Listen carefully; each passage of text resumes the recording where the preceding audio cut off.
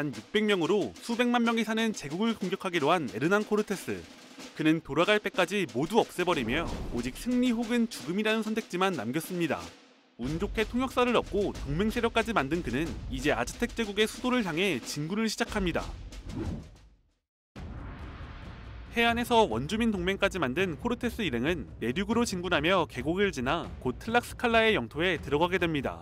틀락스칼라는 약 200개의 도시와 여러 부족으로 이루어진 부족 연합체입니다. 이들은 아즈텍의 전통적인 라이벌이었는데 거의 한 세기 동안 아즈텍과 꽃전쟁을 벌이는 등 서로의 관계는 적대적이었습니다. 한편 틀락스칼라도 이 기이한 이방인이 영토에 침입한 것에 대해 알게 됩니다. 그들은 논쟁 끝에 코르테스 일행과 싸우기로 결정했고 어마어마한 수의 대군을 보냅니다. 코르테스의 군대가 소수지만 철제갑옷, 무기, 말과 화약 무기로 무장한 반면 틀락스칼라는 면으로 된 옷과 곤봉, 활, 화려한 방패로 무장한 상태였습니다.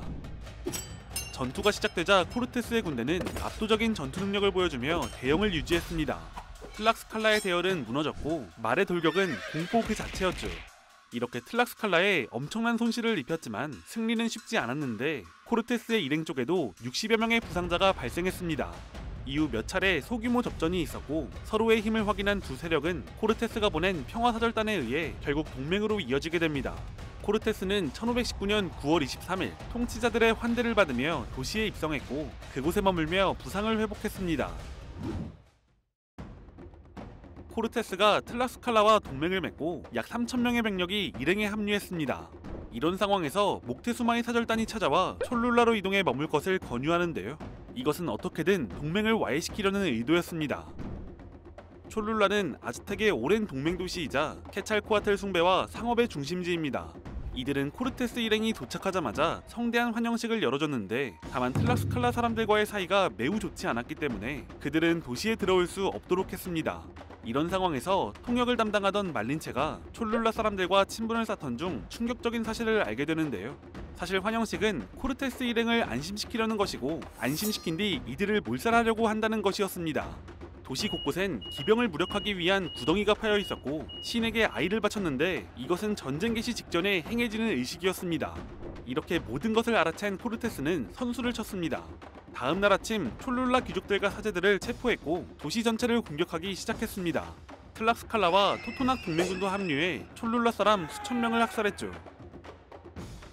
그런데 사실 촐룰라 사람들의 음모는 코르테스가 왕에게 쓴 보고서에만 기록된 내용으로 현대의 많은 학자들은 거짓일 가능성이 매우 높다고 보고 있습니다. 코르테스가 자신의 학살을 정당화하기 위해 적은 내용이란 것이죠. 학살에서 살아남은 자들에게 받아낸 자백은 신빙성이 매우 떨어졌고 무엇보다 촐룰라 사람들과 관계가 매우 좋지 않았던 틀락스칼라 동맹군이 코르테스에게 거짓 정보를 흘렸거나 복수를 위해 학살을 적극적으로 부추겼을 가능성도 있었습니다. 아무튼 진실이 어떻든 학살 소식은 인근 지역에 퍼져나갔고 이후 코르테스 일행이 아즈텍의 수도 테노치티틀란에 도착할 때까지 아무도 그들을 막지 못했습니다.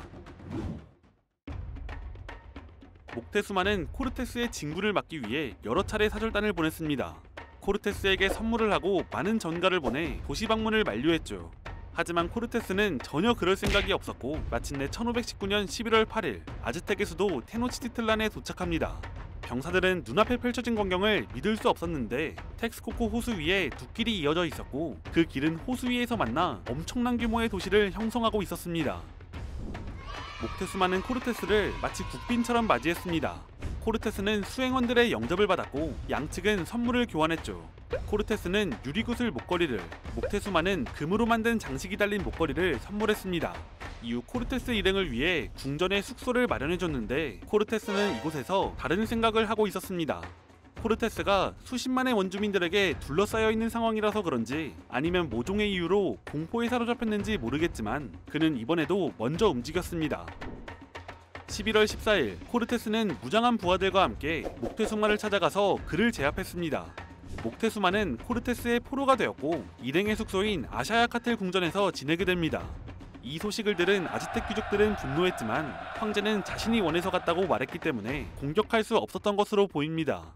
목테수마는 코르테스의 포로인 상태로 계속해서 황제로 행동했고 스페인 왕에게 아즈텍 제국을 바친다는 항복 문서에 서명해야 했습니다.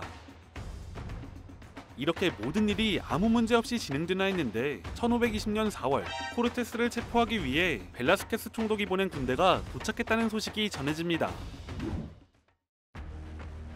코르테스는 총독의 군대를 상대하기 위해 주력 부대를 이끌고 수도를 떠나며 부관인 페드로 데 알바라도에게 도시를 부탁했습니다. 이것은 별로 좋은 선택은 아니었는데요. 코르테스가 떠난 뒤 아즈텍의 가장 큰 종교 축제인 톡스카틀이 열렸는데 그는 이것을 반란징으로 인해 그곳에 모인 비무장 귀족과 사제, 참전 용사들을 무차별 학살했습니다. 물론 이 부분에 대해서는 다른 의견이 있는데 그가 오인한 것이 아니라 귀족들의 황금 장신구를 탐내 학살을 저질렀다는 설, 코르테스가 촐룰라에서 했던 것처럼 공포를 통해 제압하려 했다는 설이 있습니다.